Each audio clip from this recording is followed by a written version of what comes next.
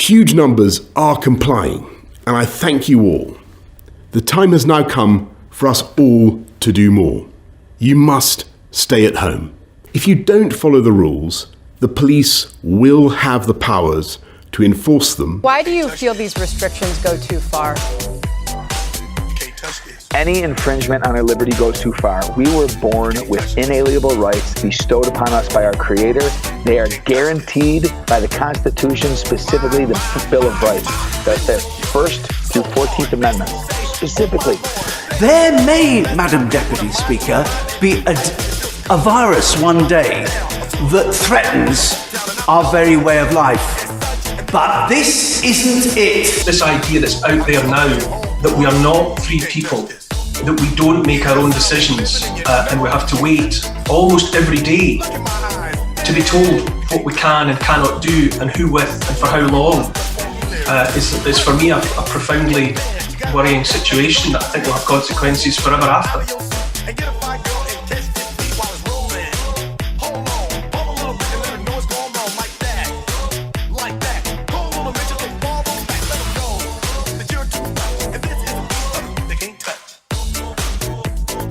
Any infringement on our freedom for any reason is too far. Our freedom cannot end where people's fear starts. You should not be meeting family members who do not live in your home. You should not be going shopping except for essentials like food and medicine. And you should do this as little as you can.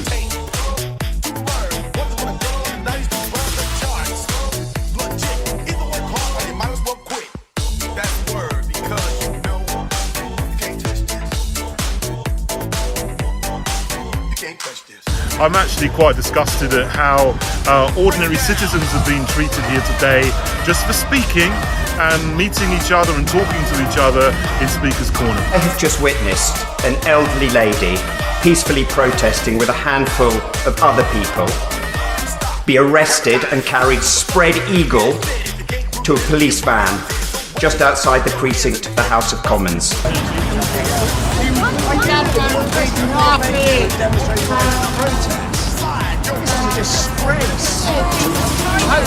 Well, I will do something. I'm a member of Parliament. This is an absolute disgrace.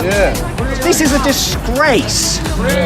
She's an old lady. You don't need to obey illegal orders as police officers.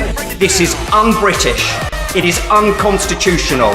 And this government, our Prime Minister, needs to end these injustices now. Madam Deputy Speaker, will you bring the Prime Minister and or the Home Secretary here today to sort this out? She was an old lady robbed of her dignity for having the courage to protest about having her fundamental rights and those of my constituents and others removed. Freedom is our right. It's not given to us by the government, but it has been taken away.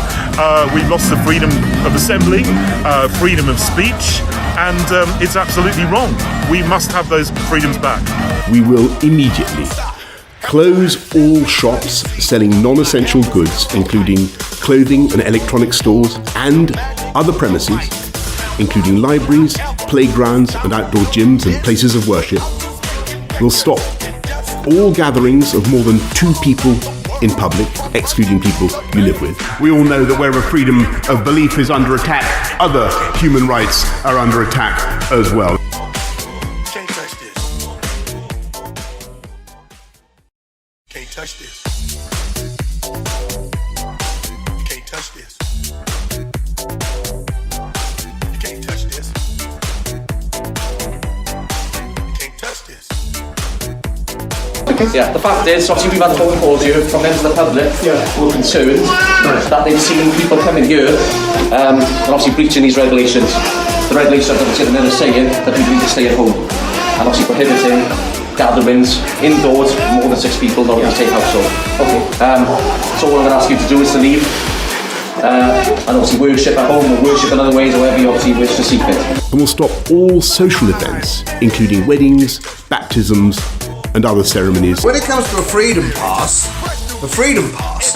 that, that was a freedom pass. British passport. That meant you were a free-born Englishman or Brit and you could do and go and what you like under a free society. That's been changed, that's been thrown out. We're now locked in our house. Our pubs have been closed. I'm thankful for my right-wing friend's commitments on parliamentary scrutiny. He'll know many members of the House and of the public are concerned about the use of delegated powers. Could I invite him to please consider whether some innovative thinking can be applied to make sure that the authority of this House is brought to bear in advance on these measures so that the public can have confidence that their representatives are authorising the use of law to constrain their freedom. The way in which the government has exercised its powers to make secondary legislation during this crisis has been totally unsatisfactory. All too often, important statutory instruments have been published a matter of hours before they come into force, and some explanations why important measures have come into effect before they can be laid before this House has been unconvincing and shows a total disregard for the House.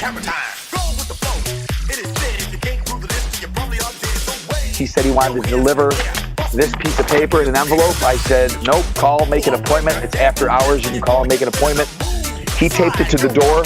I finished kicking him off my property and I opened it up, and it is a fine for $15,000.